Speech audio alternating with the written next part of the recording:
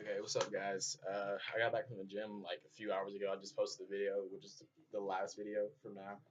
Uh, College has been, like there's a lot of stuff. Like there's obviously college, like the schoolwork and the workload and stuff like that. And then there was like me, like trying to get a job and adjusting to being like all on my own, having to do these things all on my own. And then there, obviously there's the girls. And then, like I'm not gonna say I lost like my motivation for the gym, but like I don't know, like I just wasn't as into it for a while because there were so many things like coming at me at once, like from all different angles that I kind of just like stopped doing the things. I mean, not the things that made me me, like I still do me, but like at the same time, like I wasn't as into the things that originally made me me. So like I'm starting to like a few weeks ago, I started like come back to me and started like slowly, like obviously like because like I stopped like everything and I started getting back in the gym again and now I'm making videos again. I started drawing again. So you guys seen my room, my last video or maybe the video before that. So yeah, and the music's playing in the background. This video is probably gonna get like copyrighted, but I don't care. I like the vibe that it's creating right now. Another thing is coming because like I finally like I got my body back. Like I wasn't like fat, but I was getting like kind of like not as lean as I usually am. I usually say that I'm probably at like a 12 maybe 12% body fat, and I feel like my body fat was rising a little bit, so I got it back down. Like in a few weeks, just lifting. I feel like I got my strength finally back. Maybe I'm even stronger than I was before. I pulled 475. I didn't record it though. I didn't want to record that work. I really wanted to focus on the workout, and I got my mental focus back. I feel like I got that back by like going to the gym by myself a few times because when you're with a spotter, like that fear of the weight's not there. Like you don't respect the weight as much, if that makes sense. Like if you can't get it, then somebody's gonna lift it up. So you're not as like oh I gotta hit this, I gotta fucking hit this. Like you're not thinking like that. You feel like slight bit of fear, but it's also like adrenaline. Like when you're if you hit a grinder, like say I'm hitting 225, and I can hit it. Like I'm like my second rep's like a grinder. Like I barely got it up. If you go for that third rep, there's like you have to get it if you don't have a spotter. There's no other way around that. So get back to that mentality, and like I'm starting to zero in before like I used to.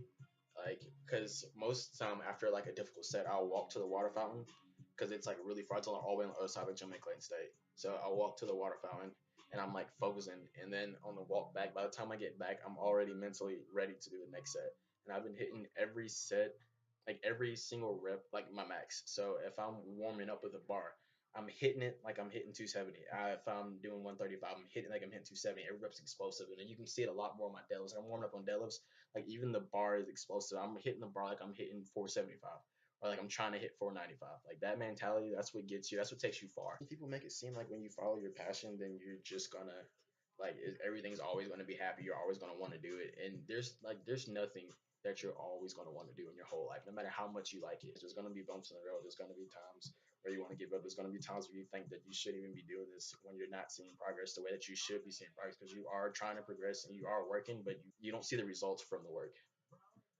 So just stay because that's how I kind of felt for a while because I was trying to hit 495 for a while. And it's like really discouraging when you don't hit it, especially when you've been working hard towards it and you're doing everything that you think is right to hit it and you still haven't hit it. But that's when you just decide you have to rebuild yourself. Think of how you started off and how you got to where you are now instead of just being in the same path that just following the same road that you've been taking for like a long period of time. Because for a while, like my gym creativity was like gone. Like I could not think of different exercises. Like usually I can think like I can make up an exercise and that I like and then I'll just implement it into my workouts and keep hitting like every now and again. But at, like for a while at Clayton, like I was hitting the same chest workout, like 3 workouts in a row. I just go bench and I do some tricep extensions and then I do like flies and then something else and something else. And it was like that for like 3 weeks straight. And I couldn't not think of anything else. And then like I took that time off, and I feel like I needed that time off, but at the same time, I felt like I really shouldn't have taken that time off, if that makes sense, because like I came back in fresh. Like I was weaker, obviously, than I was before, and I wasn't really feeling my workouts as much. But like I said, I got that fear back, I got that motivation back, and then I'm on the ground again. Like I'm grinding right now. Like I'm back right now as of this moment. 495 is coming. I promise you that. That's never been out of my sight. 495 is always gonna come. And then after 495, I'll try something else, and then after that, something else. I'm not going to stop progressing. The person I want to be on like YouTube, not even the person I want to be on YouTube, the person that I just want to be in general is the person that like I want to be the person that creates the next person. Like I don't necessarily want to be famous. Like that also that'd be cool. Like rich and famous, that would be really cool. But I want to be somebody that inspires people. Like I want to be the person that like Arnold's the person that made the next Arnold. Arnold's the person that pushed bodybuilding to what it is now. I want to be the person that pushes whatever I do, whatever I motivate you guys to do, because that can be a lot of different things. I can motivate you for art, I can motivate you for lifting, I can motivate you for like aesthetics. I don't know what I do, but I just want to be that person to motivate people to like to create the next person, to get that person, the person like the the next Arnold Schwarzenegger or the next Van Gogh or the next Jeff Side to like like to start, because that's all it takes. All it takes is the start. All it takes is consistency. That's really what it is, consistency. And also, when you're chasing your passion, it doesn't really matter what it like. Who the fuck cares? Like honestly, like if you want to be the best fucking pencil sharpener in the world, be the best. Sharpen the fuck out of those pencils. Fucking just do you like whatever you want to do. The right person can make anything sound stupid, like bodybuilding. Like, oh my god, you just lift weights to make your muscles bigger. That's really stupid. Even music. Oh, you just say stuff on a song when the beat drops. That's fucking cool. Stop. I don't know. Stop worrying about what other people think and worry about what you think. Worry about what you like. You're never gonna achieve greatness without going through adversity first. Success is you being happy and you being able to make people around you happy. Who the fuck cares if I'm driving in a fucking Lamborghini? Who the fuck cares if I have a fucking mansion?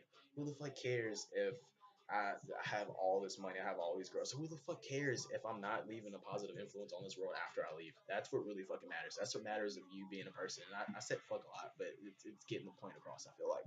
So, like, do what makes you happy. Do what you love to do. Do something that you can see a future. Even if you can't see a future, and if it makes you happy, just push it to the limit.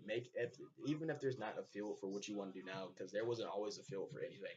So even it doesn't have to be a path. You can make a path. Don't try to follow what other people do. Do things the way that you see them. Do things that make sense to you.